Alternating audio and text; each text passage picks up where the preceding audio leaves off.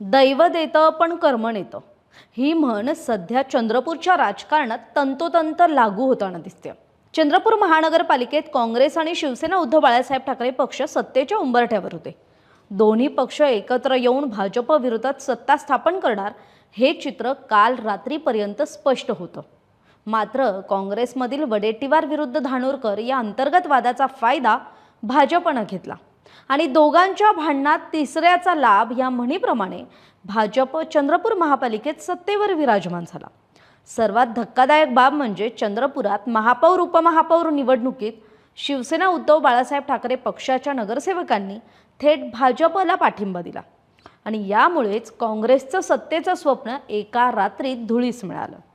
या घटनेनंतर काँग्रेसमध्ये तीव्र अस्वस्थता निर्माण झाली आणि याचाच बदला काँग्रेस परभणीत घेणार का अशी चर्चा राजकीय वर्तुळात रंगू लागली। तर आता हे सगळं राजकारण समजून घेण्यासाठी हा व्हिडिओ शेवटपर्यंत पहा। नमस्कार, मी कोमल, सकाळमध्ये आपलं स्वागत। बरं, काँग्रेस चंद्रपूरचा बदला परभणीत घेईल का हे म्हणण्याचं कारण म्हणजे काँग्रेस प्रदेशाध्यक्ष हर्षवर्धन सपकाळांनी केलेला सवाल। चंद्रपूरमध्ये उभाटाकडून अपेक्षित पाठिंबा मिळाला नाही, मग आता परभणीत आम्हीही चंद्रपूर सारखंच वागायचं का? त्यांच्या या एका प्रश्नानं एकच चर्चा सुरू झाली की चंद्रपूरमध्ये झालेल्या दगाबाजीचा बदला काँग्रेस परभणीत घेणार का?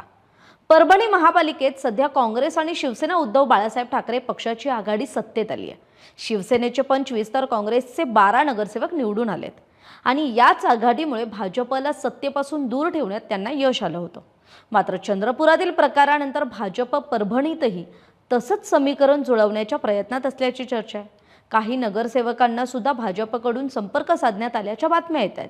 आता याच पार्श्वभूमीवर ठाकरेंच्या शिवसेनेचे जे खासदार आहेत संजय जाधव हे सतर्क झालेत आणि दगाफटका टाळण्यासाठी त्यांनी शिवसेना आघाडीच्या सर्व नगरसेवकांना थेट सहलीवर पाठवल्याची माहिती समोर आली आणि 12 फेब्रुवारीला हे सगळे नगरसेवक सहलीवरून थेट महापालिकेत हजर राहणार असल्याचं सांगितलं जात आहे। दरम्यान संजय जाधव यांनी चंद्रपूर आणि परभणी या दोन्हीच्या राजकारणाविषयी भाष्य करताना म्हटलंय की चंद्रपूर आणि परभणीचं राजकारण वेगळं आहे।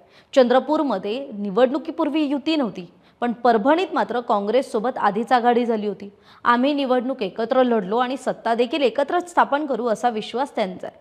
त्यांच्यामध्ये 12 फेब्रुवारीला परभणीचा महापौर मशाल धारकच असणार आणि उपमहापौर पद हे काँग्रेसकडेच जाणार। मात्र मोठा प्रश्न हा अजूनही कायम आहे की चंद्रपूरमध्ये भाजपला मदत करणं ठाकरेंच्या शिवसेनेला परभणीत महागात पडणार का? या राजकीय संघर्षाचा परिणाम महाराष्ट्रभर उमटणार का? चंद्रपूरची दगाबाजी परभणीत आग लावणार की तिथेच विझणार? 12 फेब्रुवारी सगळं स्पष्ट करणार। राजकारणात दगाफटका विसरला जात नाही आणि चंद्रपूरची ही आठवण परभणीला पोहोचते का याचं उत्तर मात्र येणारा काळच देणार आहे। आपल्याला याविषयी काय वाटते? आपली मतं कमेंट करून जरूर कळवा।